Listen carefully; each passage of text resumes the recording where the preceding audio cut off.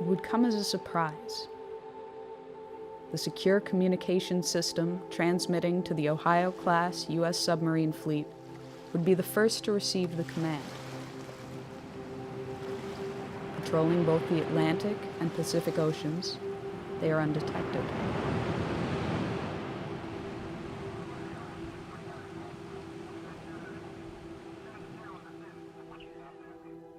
"14 of the 18 warships are equipped with 24 Trident missiles each, Trident 1s and Trident 2s. The remaining 4 are armed with 154 Tomahawk cruise missiles, which can be outfitted with nuclear warheads. The fleet as a whole represents half of the United States' strategic thermonuclear capability. A single Trident II missile is equipped with up to 8 nuclear warheads aboard a multiple independently targetable reentry vehicle, or MIRV. A single W-88 warhead delivers the equivalent of 475 kilotons of TNT. In the case of a full deployment, the United States could unleash over 400 such missiles with between 6 and 8 warheads each.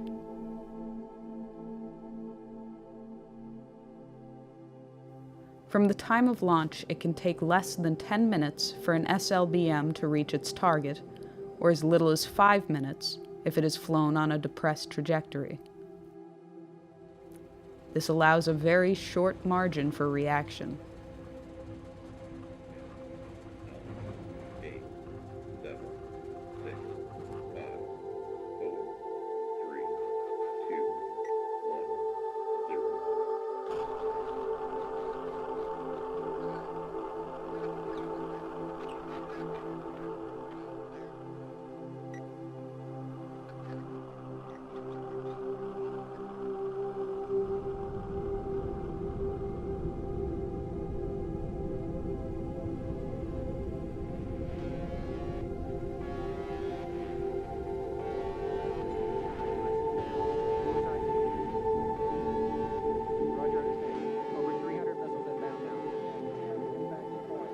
Early warning radar systems in Russia, China, and elsewhere immediately detect the missile plume.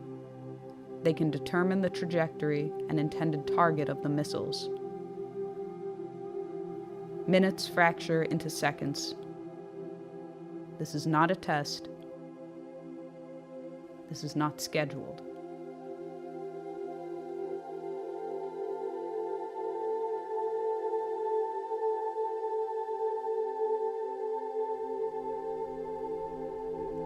Russian nuclear command and control systems, carried over from the Soviet era, leave little time to opt out or delay a full-fledged response.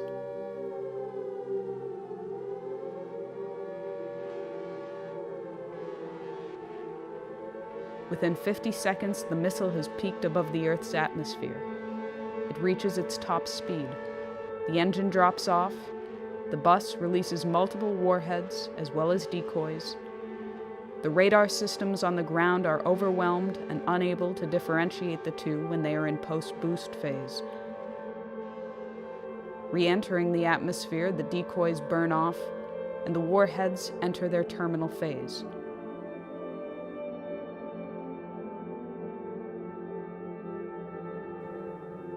It will be less than 180 seconds before they touch down.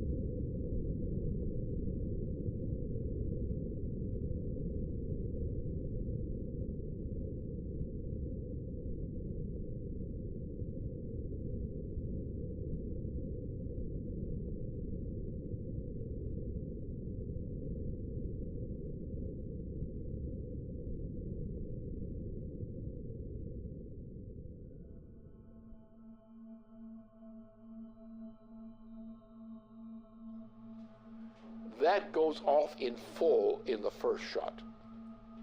Now you have in the submarines, you have the warheads you have not yet discharged. Those go along the way as a second wave. After that, you're pretty much out of weapons. After which, most everybody is dead. Most logistical systems are dead, non-functional. You have a situation where the effect of this kind of firing creates a continuing effect which may go for several years.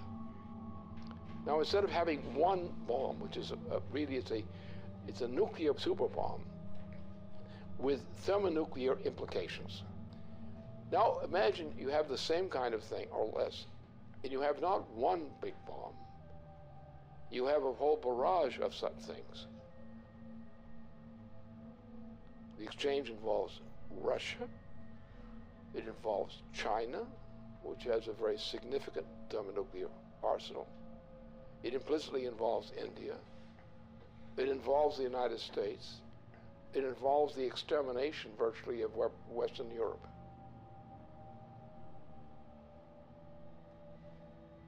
And this is what Obama represents. It's what he's intended.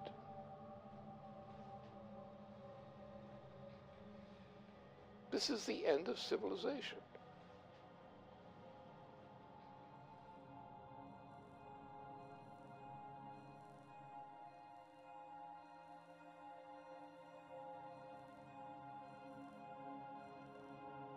The flash was unimaginably bright. As the rain fell, the wind grew stronger and stronger, and suddenly, probably because of the tremendous convection set up by the blazing city, a whirlwind ripped through the park.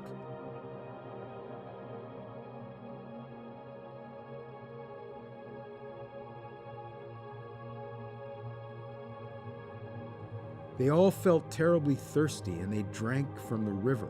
At once they were nauseated and began vomiting, and they retched the whole day.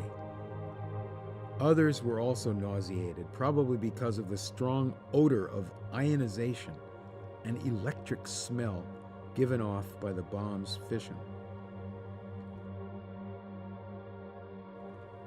It was very crowded, and to distinguish the living from the dead was not easy, for most of the people lay still with their eyes open. You reached down and took a woman by the hands, but her skin slipped off in huge glove-like pieces. Those who had their faces upturned when the bomb went off, they were all in exactly the same nightmarish state. Their faces were wholly burned. Their eye sockets were hollow. The fluid from their melted eyes had run down their cheeks. Their mouths were mere swollen, pus-covered wounds, which they could not bear to stretch enough to admit the spout of a teapot.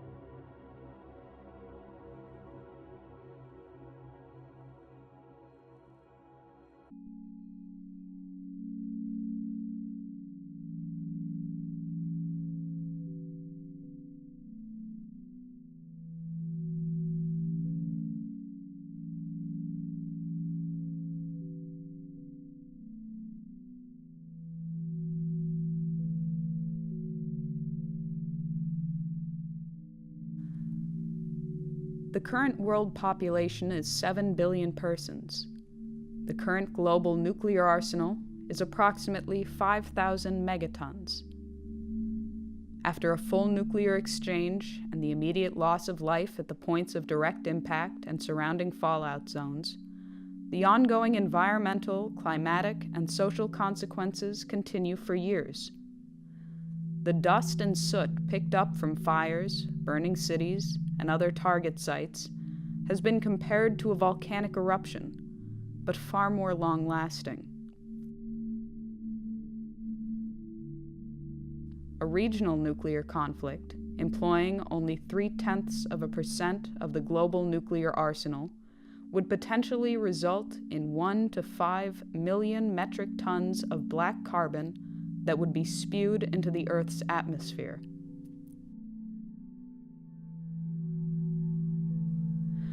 A spring or summer attack, or an attack in the extended region of the subtropics, would inevitably cause the smoke injections to heat, absorbing shortwave radiation, and to rise.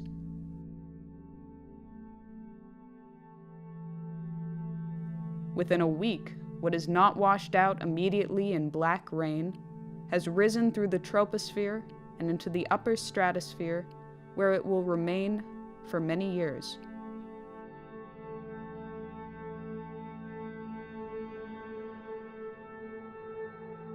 The smoke cloud and the absorption of residual particles plunges global surface temperatures.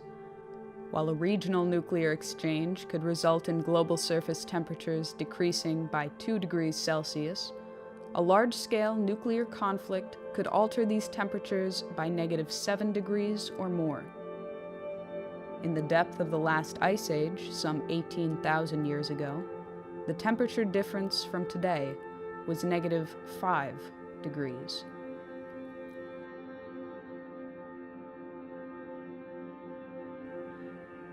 Famine for billions of people far from the target zones would be the result of a -2 degree change.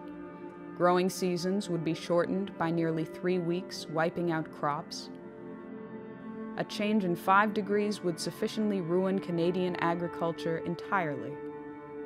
If world grain reserves were not destroyed in the initial exchange, reserves would last for 71 days, with little, if any, means of transportation.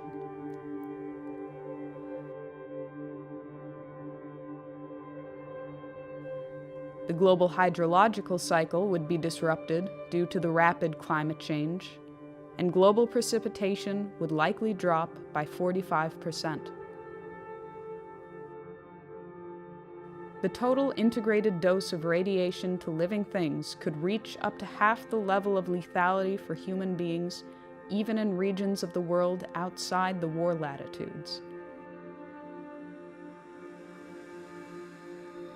If nuclear installations were targeted, including plants, fuel cycle installations, and waste dumps, and nuclear materials were vaporized, it would create a very long-lasting impact on survivors.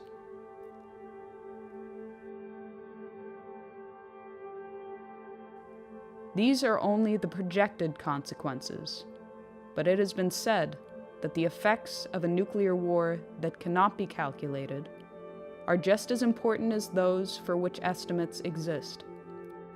Both, however, are subject to very large uncertainties.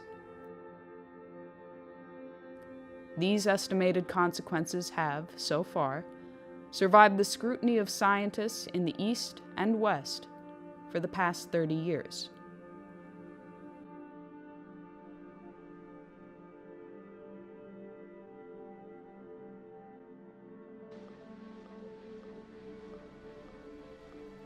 This is a full-scale commitment to an attack on the entire Eurasian continent, especially the Asian side. And it's a military operation with a full panoply of every kind of weapon for general, essentially a nuclear warfare capability, with all components, submarines, various kinds of ships, a vast accumulation of U.S. troops in that whole region, with auxiliary side in. You're looking at World War III, and nothing less than that.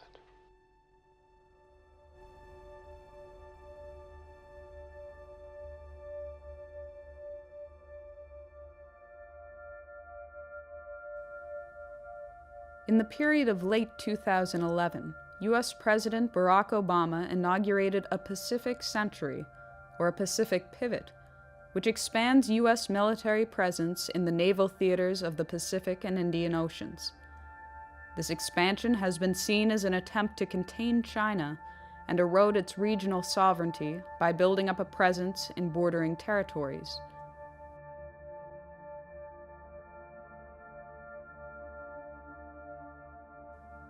Barack Obama's rebalance to the Pacific includes plans that would take effect over the coming years to station 4 littoral combat ships in Singapore, to obtain increased U.S. access to the Australian naval base at Perth, and increase troop levels at Darwin to 2,500 troops. There are also plans to expand troops in South Korea to 28,500, to expand troop presence in Guam, the Philippines, Japan, and to maintain the forward deployment of U.S. aircraft carriers in that theater. China has responded to increased U.S. presence in the Pacific with the Area Denial Anti-Access Strategy, Chinese military measures to keep adversaries out of strategic territory bordering their country, in particular the East China Sea. In addition, the Pacific Strategy also includes a missile defense shield, which would be on the soil of South Korea, Japan, and Australia, targeting Asia and the Middle East. As a response to what was seen as an Asia-Pacific arms race, Chinese press indicated that to improve its security, China would upgrade its nuclear weapon capability. They would also develop offensive nuclear-powered submarines with ballistic missile capabilities sufficient to break the interception capability of the U.S. missile defense system. In the spring of 2012, there was further warning that an overarching missile defense system would force China to change its long-held nuclear policy, that China would revisit its policy of no first use and, if threatened, would consider an offensive nuclear strike. We've begun a review that will identify our most important strategic interests and guide our defense priorities and spending over the coming decade. So here's what this region must know. As we end today's wars, I have directed my national security team to make our presence and mission in the Asia-Pacific a top priority. As a result, reductions in U.S. defense spending will not, I repeat, will not come at the expense of the Asia-Pacific. My guidance is clear. As we plan and budget for the future, we will allocate the resources necessary to maintain our strong military presence in this region.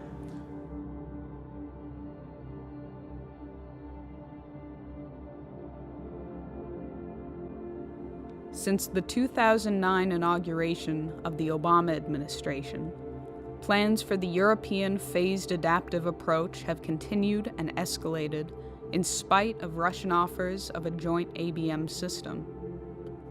In May 2012, NATO announced that Phase 1 of that system was operational.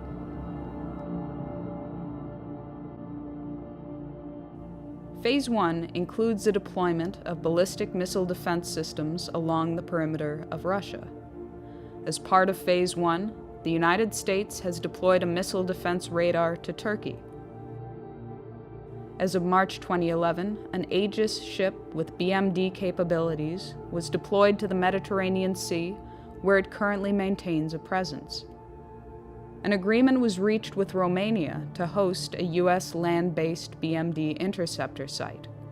Agreements were also reached with Poland to host a similar site. The existing naval facility in Rota, Spain, also agreed to host 4 U.S. Aegis destroyers, each with BMD capabilities and equipped with Tomahawk missiles able to deliver both conventional and nuclear warheads.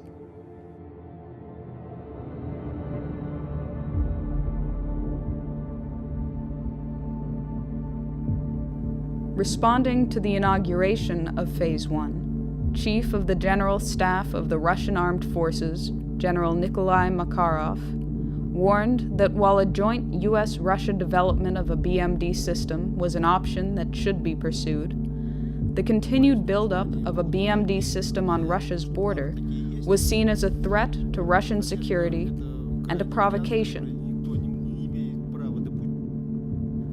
The military would, therefore, consider a preemptive strike against the sites from Kaliningrad using Iskander missiles, truck-mobile, nuclear-capable tactical missiles with a range of up to 400 kilometers.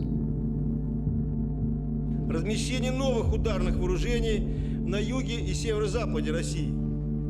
Для огневого поражения комплексов противоракетной обороны, включая развертывание ракетного комплекса «Искандер» в Калининградской области, представляет собой один из возможных вариантов разрушения инфраструктуры ПРО в Европе.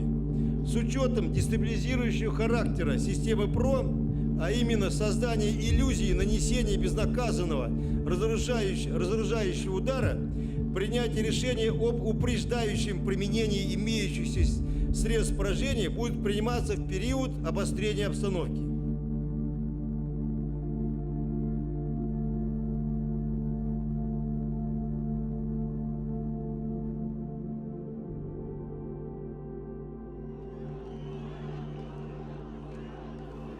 It was demonstrated at Brussels early in February 2012 that while Russia and China abstained from giving their support to UN Resolution 1973, they would forcefully draw the line on Syria and implicitly on Iran.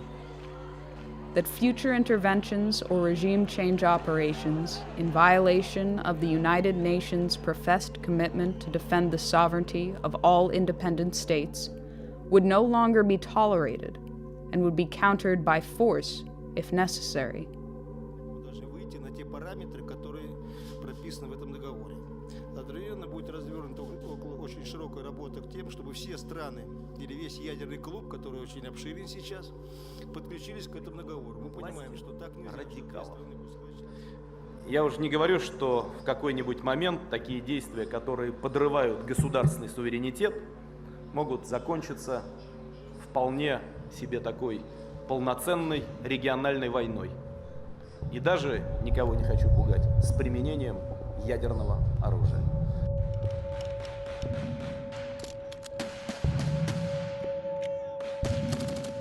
In a speech before the 18th General Assembly of the United Nations, President John Kennedy warned even little wars are dangerous in a nuclear world. Today it has been through the hardline preventive actions taken by the U.S. Joint Chiefs of Staff and the Russian military and political leadership that have held back the tides of a threatened international conflict. Simultaneous with these delays, the economic conditions in the transatlantic have deteriorated to the point of imminent breakdown, while the Eurasian region has enjoyed relative prosperity in comparison.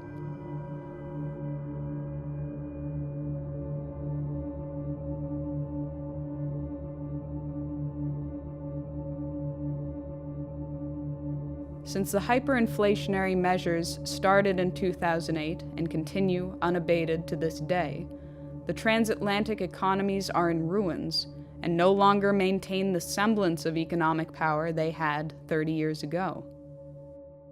Similarly, NATO no longer maintains the military power it had during the Cold War.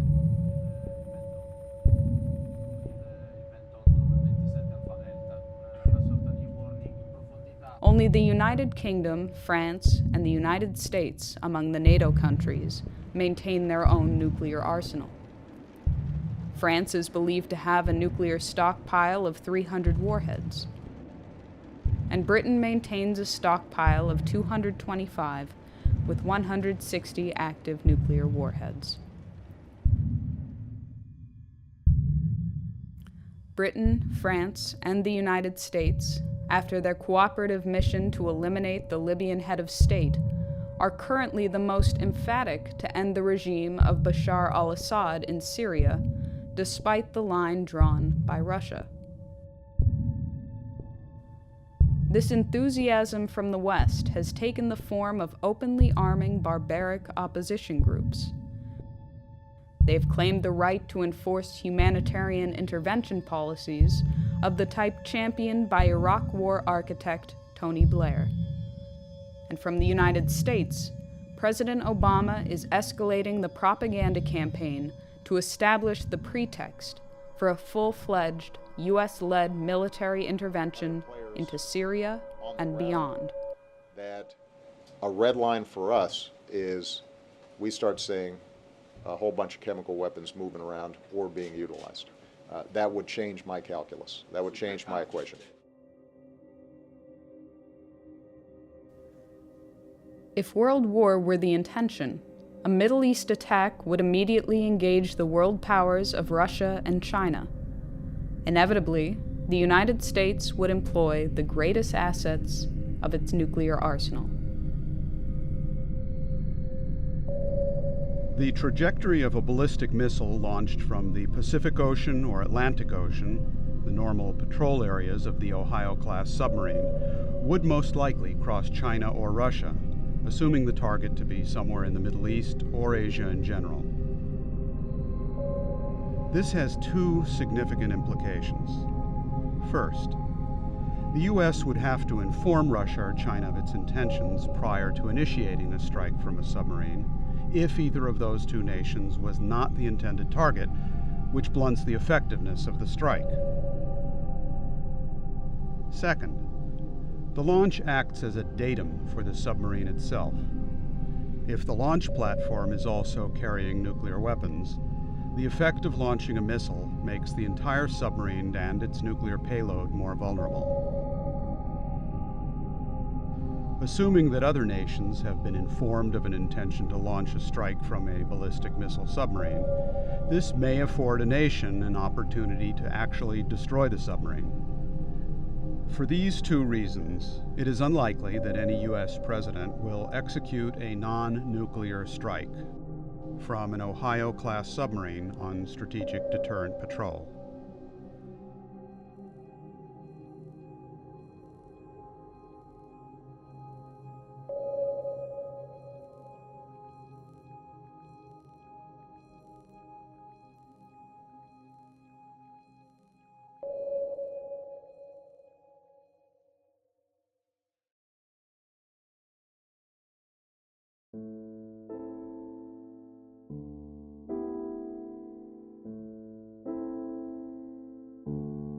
At the commencement of the August 1983 Erice Conference on the technological basis on which to build peace, Chairman Antonino Zikiki spoke of the consequences to humanity and the planet as a whole if a personality came on the scene foolish enough to provoke a worldwide thermonuclear confrontation.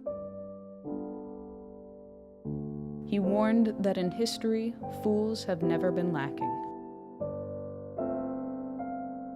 Sooner or later, in 10, 20, or maybe 100 years, a fool will come forth. When the fool appears on the scene, mankind will find itself with hundreds of millions of dead, with the ozone layer destroyed by 50%, with the average temperature of the planet lowered by at least 7 degrees. With an enormous amount of radioactivity about, and with mountains of ashes instead of the vast treasures accumulated in centuries of laborious and intelligent activity in all parts of the world. When dealing at the level of thermonuclear war, these decisions ultimately fall to the personalities of the heads of state involved.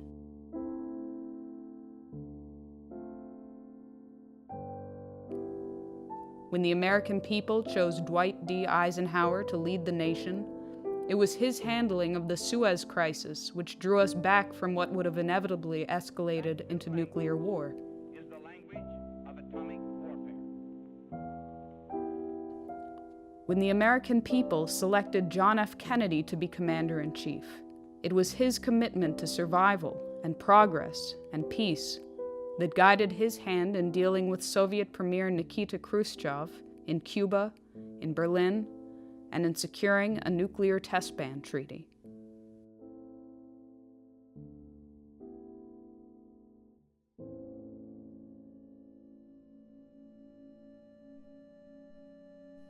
Today, the American people have chosen Barack Obama, who, at the earliest phase of his presidency, was already moving the apparatus into place that could and would trigger a worldwide nuclear holocaust. Obama, on his part, is clinically insane. His state of mind, as manifest, is that of a clinically insane person. And it's a clinical insanity of the Nero type. So therefore, he is in a mood and on a road toward his own self-annihilation, whether as a personality or even more drastic measures. That is coming. This man is a type who's capable of suicide. This may be the first clear suicide case in the U.S. presidency. He's in the direction of getting there. Whether he actually gets there, the fact remains he's now developing rapidly in that direction.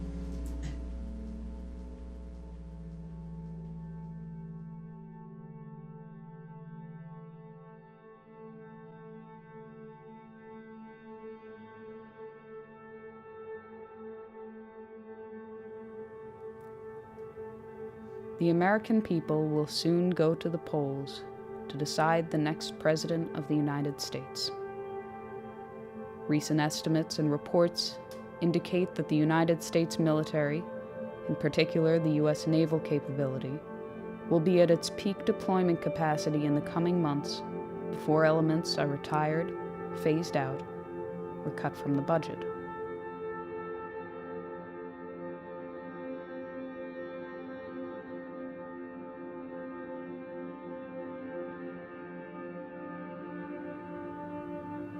If ever there were a time to launch an attack, it would be now, in these coming months.